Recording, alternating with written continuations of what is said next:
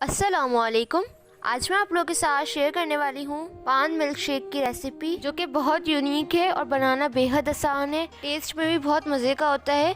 इफ्तार में इसको लाजमी ट्राई कीजिएगा। बहुत रिफ़्रेशिंग सी ड्रिंक है, ज़रूर ट्राई कीजिएगा, मुझे फ़ीडबैक दिएगा। इससे पहले कभी भी आपने इतना ज़बरदस्त मिल्क शेक कभी नहीं पिया होगा। टेस्ट बिल्कुल डिफरेंट है, मतलब ये कि मैं इसकी जितनी तारीफ़ करूँ वो कम है। तो आइए इसको बनाना स्टार्ट करते हैं। छोटी सी वीडियो है, एंड तक देखिएगा। पान मिल्क शेक बनाने के लिए सबसे पहले आपने पान के पत्ते लेने हैं। फ्रेश लिए हैं मैंने, इनको अच्छी तरह से वॉश कर लिया है। इस पान को सांची पान भी कहते हैं और इसका साइज़ जो है वो थोड़ा बड़ा होता है और ये बिल्कुल भी कड़वा नहीं होता जिस तरह बाकी पान होते हैं। तो आपने कोशिश करनी है कि यही पान लें। तो हमने 2 से 3 पीस लिए हैं और इसको जो ऊपर वाला एजेस है वो काट देंगे हम। जो इसकी टॉप है वो भी काट देनी है और ये जो एक लाइन सी जा रही है ये भी आपने थोड़ी सी निकाल देनी है, क्योंकि ये थोड़ा सा कड़वा टेस्ट होता है, इसका बिटर होता है।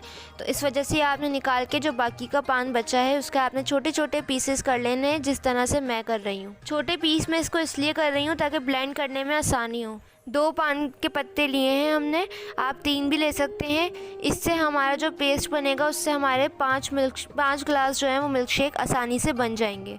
अगर आपको राइट अवे बनाना है तो आप राइट अवे भी बना सकते हो, इसको स्टोर करके भी रख सकते हैं। सारे मेथड बताऊंगी, तो एंड तक देखते रहिएगा। इसी तरह से हम दूसरे पान के जो एजेस हैं, टॉप हैं, वो काट देंगे और इसको भी छोटे छोटे पीसेस में कर लेंगे।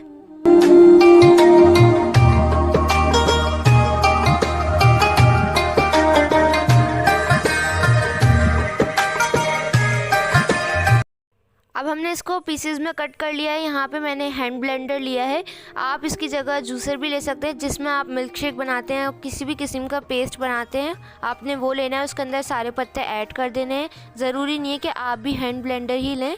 इसके अंदर आपने 2 टेबल स्पून जो है वो भर के सौंफ ऐड कर देनी है। 2 टेबल स्पून भर के ही आपने खोपरा ऐड करना है, जो वाइट वाला होता है, पिसा हुआ खोपरा। 2 टेबल स्पून यहाँ पे मैंने गुलकंद लिया है, ये आपको इजीली मिल जाएगा, किसी भी पान वाले की शॉप से मिल जाता है ये आसानी से, और ये एक्सपेंसिव भी नहीं होता। तो ये आपने 2 टेबल स्पून ऐड कर देना, और ये मीठा बहुत होता है।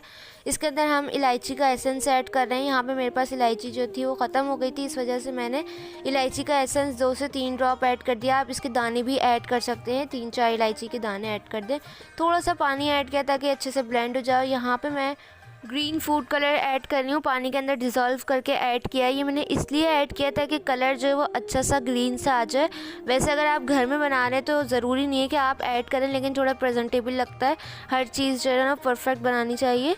तो इसके अंदर अब आपने चीनी ऐड करनी है ब्लेंड करने के बाद। तो मैंने यहाँ पे 3 से 4 टेबल स्पून चीनी ऐड की है और इसको दोबारा से ब्लेंड कर लेंगे। ये सारा प्रोसेस आप जूसर में भी कर सकते हैं। तो देखिए ये पेस्ट हमारा बनके तैयार हो गया। अब आपने इसको किसी भी कंटेनर में, प्याली में निकाल लेना है। और मैं एक चीज़ बताना भूल गई, जो मैंने पानी ऐड किया था ब्लेंड करने के लिए वो ठंडा होना चाहिए, या फिर आप इसकी जगह आइस क्यूब्स भी ऐड कर सकते हैं, उससे भी अच्छे से ब्लेंड हो जाती है। तो देखिए स्मूथ सी हमारी पेस्ट बनके तैयार हो गई है। इसी तरह से आपने बना लेनी है। अब आप इसको चाहें तो स्टोर करके रख सकते हैं 1 हफ्ते तक एयर टाइट कंटेनर में, और फ्रिज में रख दें, ये ख़राब नहीं होगा। लेकिन मैं इसको राइट अवे बना रही हूँ तो थोड़ी सी क्वांटिटी में बना के दिखा रही हूँ मैं आपको। लेकिन इसके अंदर जो चीनी है वो कम इसलिए ऐड की है क्योंकि हमने पेस्ट के हिस्से की ऐड की है। जब मिल्क शेक बनाएंगे तो उसमें आप अलग से ऐड कर सकते हैं। मिल्क शेक जो है वो मैं वापस से हैंड ब्लेंडर में बना रही हूँ। तो आपने इसके अंदर ऐड करनी है क्रीम 3 से 4 टेबल स्पून, ताकि रिच सा फ्लेवर आए। ये आपने लाजमी ऐड करनी है। घर पे अगर बनाई है तो वो ज़्यादा क्वांटिटी में ऐड करनी पड़ेगी आपको। क्रीम का फ्लेवर जो है बहुत अच्छा आता है। अगर आपके पास क्रीम नहीं है तो आप आइसक्रीम भी ऐड कर सकते हैं, कोई से भी फ्लेवर की ऐड कर दें। उस क्रीम के अंदर आपने ऐड करना है मिक्सचर जो हमने तैयार किया था।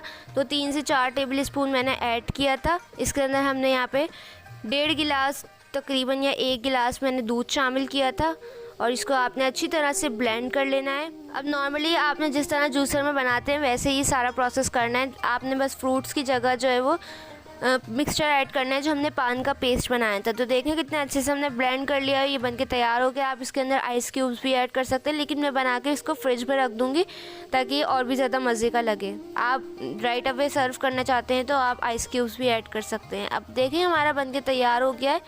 अब मैं इसको छोटे छोटे ग्लास में सर्व कर रही हूँ और मुझे ये बहुत अच्छा लगता है इस तरह से करना। और ये बहुत ज़्यादा हैवी होता है ये वाला मिल्क शेक, तो इस वजह से ये थोड़ी थोड़ी क्वांटिटी में सर्व किया जाता है। जैसे हम खाने के बाद पान वगैरह रिफ़्रेशनर के तौर पे यूज़ करते हैं, इसी तरह से आप ये ड्रिंक बना के मेहमानों को भी सर्व कर सकते हैं। छोटे छोटे शॉट्स बना लें, बहुत मज़े का लगेगा। या अगर आप इफ्तार में बना रहे हैं तो आप इसको 2-3 घंटे पहले बना के रख दें, या राइट अवे भी बना सकते हैं। मैंने आपको सारे तरीके बता दिए हैं। इसके ऊपर थोड़ा सा डेसिकेटेड कोकोनट, जो पिसा हुआ खोपरा था, वो थोड़ा थोड़ा सा हम डेकोरेट के तौर पे रख देंगे।